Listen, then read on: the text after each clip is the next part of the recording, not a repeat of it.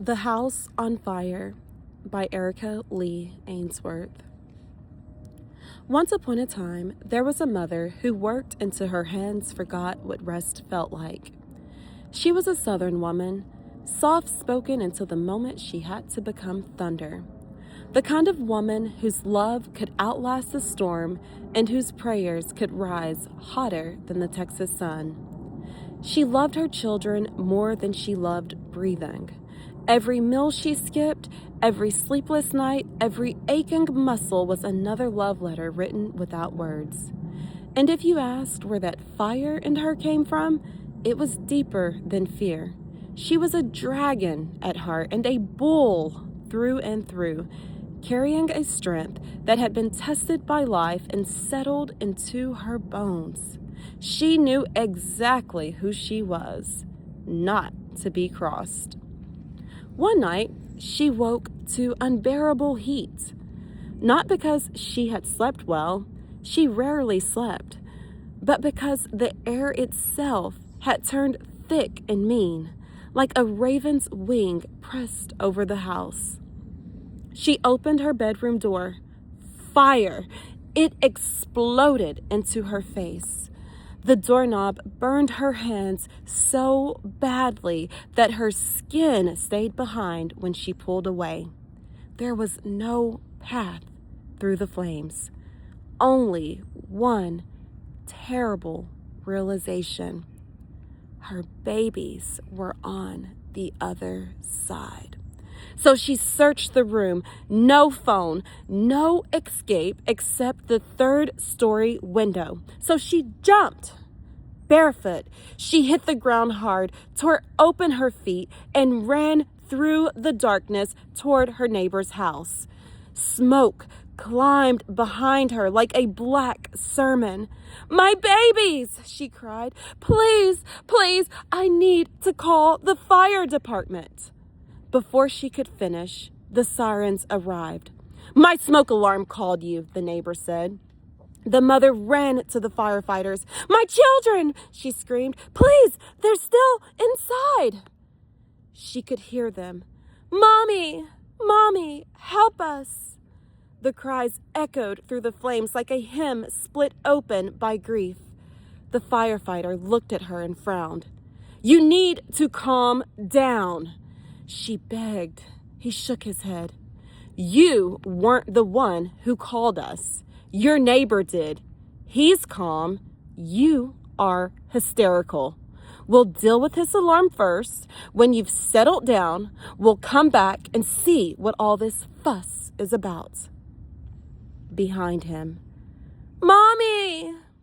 The screams grew louder, so the mother stopped asking permission. She grabbed a garden hose from another yard and began fighting the fire herself.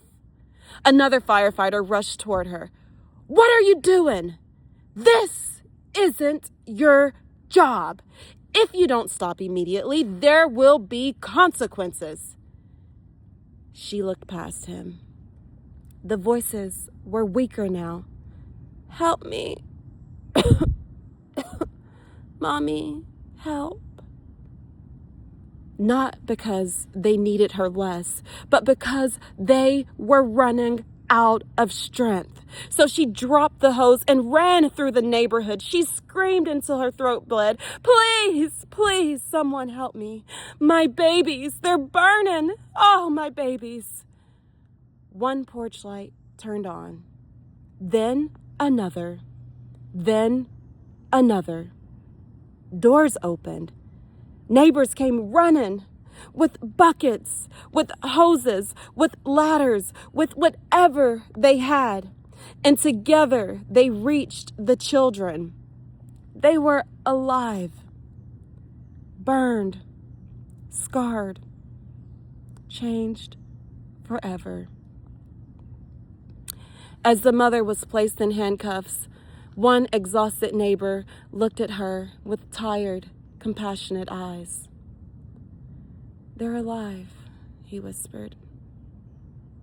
"They have burns, but they're alive." The mother smiled through tears, then they took her away. In the silence of her cell, she wondered, who was changing their bandages? Who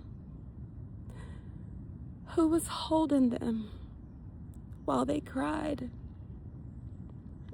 Did they think she had abandoned them? Did they still believe that if they called for Mommy, Mommy would come? The children wondered too. Did Mommy get taken away because she tried to help us? Was asking for help wrong? If we hadn't screamed, would she still be here? Days became weeks. Weeks became months. 10 days became 20. 20 became 40. 40 became 80. 80 became 160, and still the waiting stretched on. Over 6 months of prayers and bandages and nights that would not end. One of the children, the one who loved numbers, especially the clean mercy of doubling them, counted the days like a spell, because numbers were the only thing that stayed honest when everything else had gone up in smoke. The burns healed the way burns do. Not completely. Never completely. So, doctors gave them medicine, therapy, support groups. People told them that they were resilient, that scars become stories, that pain can become purpose. And every week, they sat with other children who had survived fires. Together, they spoke about the ache that never fully left, the itching, the nightmares, the fear of heat. They learned to live with what could not be undone.